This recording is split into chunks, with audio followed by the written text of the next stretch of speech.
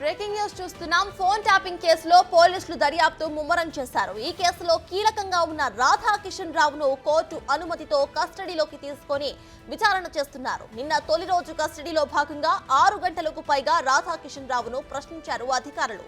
రాధాకిషన్ రావు BRS పార్టీకి ఎన్నికల సమయంలో డబ్బులు రవాణా చేసినట్టు కూడా గుర్తించారు. అలాగే ఎస్ఐబి కార్యాలయంలో ప్రణీత్ రావు ఆధారాలను ధ్వంసం చేయడంలో రాధాకిషన్ రావు కూడా సహాయం చేసినట్టు పోలీసుల దర్యాప్తులో తేలింది. అంతేకాదు రాధాకిషన్ రావు రాజకీయ నాయకులవే కాకుండా ప్రైవేట్ వ్యక్తుల పర్సనల్ ప్రొఫైల్స్ కూడా తయారు చేస్తున్నట్లుగా పోలీసులు గుర్తించారు. ఇక రాధాకిషన్ రావు ఇచ్చే స్టేట్మెంట్స్ ఆధారంగా ఫోన్ ట్యాపింగ్ కేసులో మరికొంతమందిని కూడా అరెస్ట్ చేసే అవకాశాలు కనిపిస్తున్నాయి.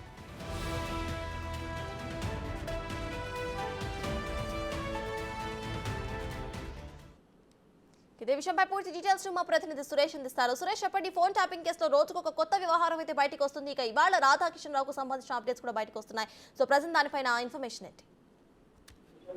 రాధాకిషన్ రావుని నిన్న చెంచల్గూడ జైలు నుంచి కస్టడీకి తీసుకున్న తర్వాత బంజారాహిల్స్ పోలీస్ స్టేషన్ తరలించి మొదటి రోజు కస్టడీలో విచారణ చేశారు. అయితే అందులో భాగంగా ఈ కేవలం డబ్బుల రవాణా, టాస్క్ ఫోర్స్ లో బెదిరింపులే కాకుండా ప్రణీత్ రావు ఫోన్ ట్యాపింగ్ లో కూడా రాధాకిషన్ రావు ఇన్వాల్వ్ అయ్యాడు. అక్కడ డిసెంబర్ 4వ తేదీన ఎస్ఐబి కార్యాలయంలో ఆధారాలను ధ్వంసం చేయడానికి ప్రణీత్ రావుకి రాధాకిషన్ రావే సహాయం చేశాడు.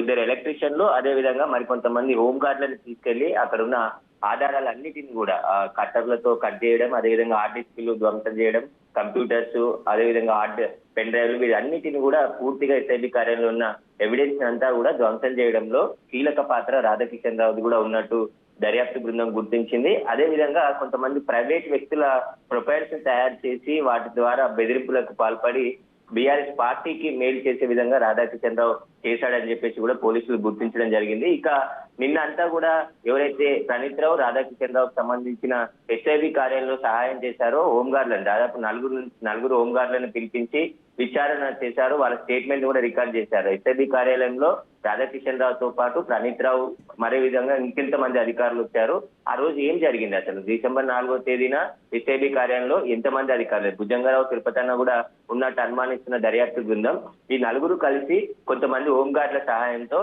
ఈ ఆధారాలన్నిటిని కూడా ధ్వంసం చేసినట్టు దర్యాప్తులో గుర్తించారు. కాబట్టి ఇప్పుడు హోంగార్డులు నిన్న అంతా కూడా స్టేట్మెంట్ రికార్డ్ చేయడం జరిగింది. ఎంతమంది పాల్గొన్నారు, ఎలాంటి ఎవిడెన్స్ ని ధ్వంసం చేశారు. ఇప్పుడు కనబడుతుంది ఓన్లీ హార్డ్ డిస్క్లు, కంప్యూటర్స్, పెన్ డ్రైవ్స్ అంటున్నారు. అక్కడ కెమెరాలు స్విచ్ ఆఫ్ చేసేసి తర్వాత ఏం జరిగింది అనేది పూర్తిగా ఆ హోంగార్డులను అడిగి కూడా వివరాలు రాబట్టే ప్రయత్నం చేస్తున్నారు. ఈ రోజు రెండో రోజు కస్టడీలో రాధాకిషన్ రావును విచారించనున్నారు. మరికొద్ది సేపట్లోనే బంజారాహిల్స్ కార్యాలయానికి, పోలీస్ స్టేషన్ కి డీసీపీ వెజ్జోన్ విజయ్ కుమార్ చేరుకొని రెండో రోజు రాధాకిషన్ రావుకు సంబంధించిన విచారణ జరగనుంది. ఆయన కస్టడీలో ఇచ్చే సమాచారంతో మరిన్ని అరెస్టులు జరిగే అవకాశం కనబడుతుంది. రాధాకిషన్ రావు ఇచ్చే స్టేట్మెంట్ ఆధారంగానే కొంతమంది రాజకీయ నాయకుల పేర్లు కనబడుతున్నాయి. బీఆర్ఎస్ పార్టీలో ముఖ్యంగా నెంబర్ 3లో పనిచేసిన 3 వ్యక్తులకు కూడా నోటీసులు ఇచ్చి రాధాకిషన్ రావు కస్టడీలో ఉన్న సమయంలోనే విచారించబోతున్నట్టు కూడా తెలుస్తుంది.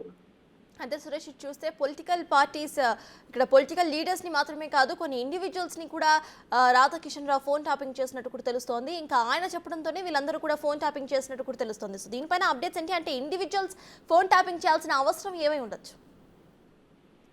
ఇప్పటి వరకు గత ప్రతిపక్ష నాయకులకు సంబంధించి రియల్ ఎస్టేట్ వ్యాపారులకు సంబంధించిన ఫోన్ ట్యాపింగ్ కే పాల్పడ్డారు అనుకున్నారు. కానీ చాలా మంది ప్రైవేట్ వ్యక్తుల ప్రొఫైల్స్ ని తయారు చేశాడు. ఆ ప్రొఫైల్స్ అన్నిటిని కూడా ప్రణీత్ రావుకు అందించి వారి ఫోన్లను కూడా ట్యాపింగ్ చేసి వారిని బెదిరింపులకు దిగడం, బీఆర్ఎస్ కి వ్యతిరేకంగా ఎవరైతే అడుగులు వేస్తారో వారందరి ఫోన్లను కూడా ప్రణీత్ రావు అండ్ రాధాకిషన్ రావు ట్యాపింగ్ చేసినట్టు దర్యాప్తు బృందం గుర్తించింది. వారు ఎవరెవరు అనే దానిపైన ఇప్పుడు రాధాకిషన్ రావుని ఈ 7 రోజుల పాటు విచారించనున్నారు. రాంపల్లి కోర్టు 7 రోజులు కస్టడీకి అనుమతించింది కాబట్టి నిన్న మొదటి రోజు 6 గంటలు విచారించారు. ఇప్పుడు ఈ రోజు కూడా రెండో రోజు కూడా పూర్తి స్థాయిలో విచారణ చేసి రాధాకిషన్ రావు నుంచి పూర్తి ఆధారాలు రాబట్టే ప్రయత్నం చేస్తున్నారు. అసలు ఎవరి ప్రొఫైల్ క్రియేట్ చేశారు, ఆ ప్రొఫైల్స్ రాధాకిషన్ రావుకి ఎవరు అందించారు, ఆ తర్వాత ట్యాపింగ్ చేసిన తర్వాత వాళ్ళ వివరాలన్నిటిని కూడా రాధాకిషన్ రావు ఎవరికి ఇచ్చాడు, వీటన్నిటిపైన కూడా సమగ్రంగా దర్యాప్తు చేస్తున్నారు. అడ్వకేట్ సమక్షంలో రాధాకిషన్ రావుని కస్టడీలో విచారిస్తున్నారు. పూర్తిగా ఆయన ఇచ్చే స్టేట్మెంట్ అంతా కూడా వీడియో తీస్తున్నారు. ఎందుకంటే మెజిస్ట్రేట్ ఆదేశాలతోని ప్రతిదీ వీడియో తీసి ఆడియో రికార్డ్ చేసి ఖచ్చితంగా కోర్టుకు సబ్మిట్ చేయాలని చెప్పేసి కూడా కోర్టు ఆదేశాలు ఇవ్వడంతో రాధాకిషన్ రావుకు సంబంధించిన కస్టడీ అయితే కొనసాగుతుంది. ఇప్పుడు రాధాకిషన్ రావు వెల్లడించే వివరాలతోని ఎవరెవరికి నోటీసులు ఇస్తారు, ఇంకెంతమంది అరెస్ట్ అవుతారు. ఇప్పటి వరకు ఈ కేసులో 4 అధికారులను అరెస్ట్ చేయడం జరిగింది. రాధాకిషన్ రావు మాజీ డీసీపీగా ఉన్నారు. మిగతా ప్రణీత్ రావు, అదేవిధంగా భుజంగరావు, తిరుపతి అన్న వీళ్ళు పోలీసులో ప్రస్తుతం ఉద్యోగాలు చేస్తూ ఉన్నారు. కాబట్టి ఇంకా ఎంతమంది ఉద్యోగాలు ఉన్నారు, అదేవిధంగా వేణుగోపాలరావు పేరు కూడా రాధాకిషన్ రావు వెల్లడించారు. కాబట్టి వేణుగోపాలరావు ఎస్ఐబిలో ఓఎస్డీగా పనిచేసిండు. అతని పాత్ర కూడా ఈ కేసులో చాలా కీలకంగా ఉంది. 4 కూడా ఇటు వేణుగోపాలరావు, రాధాకిషన్ రావు, భుజంగరావు, ప్రణీత్ రావు వీళ్ళు 4 చాలా కీలకంగా వ్యవహరించారు. మిగతా అధికారులు వీళ్ళకి సపోర్ట్ చేశారు. అసలు ఈ టీంలో ఎంతమంది ఉన్నారు, వాటికి సంబంధించిన పూర్తి ఆధారాలు సేకరించే పనిలో దర్యాప్తు బృందం ఉంది. ఈ ప్రైవేట్ వ్యక్తుల ప్రొఫైల్ కి సంబంధించి కూడా ఆధారాలు సేకరించి వారిని కూడా స్టేట్మెంట్ రికార్డించే అవకాశం ఉంది. ఎందుకంటే వీళ్ళు వెల్లడించే పేర్లందరినీ కూడా ఖచ్చితంగా కొంతమందిని సాక్షులుగా కూడా కేసులో పెడుతున్నారు. అందరికీ సంబంధం ఉన్నప్పటికీ అప్పటి ఉన్న భయాందోళనకు వీళ్ళ ఒత్తిడి వేరే పనిచేసిన అధికారుల స్టేట్మెంట్ కూడా రికార్డ్ చేస్తున్నారు. Right, thank you Suresh.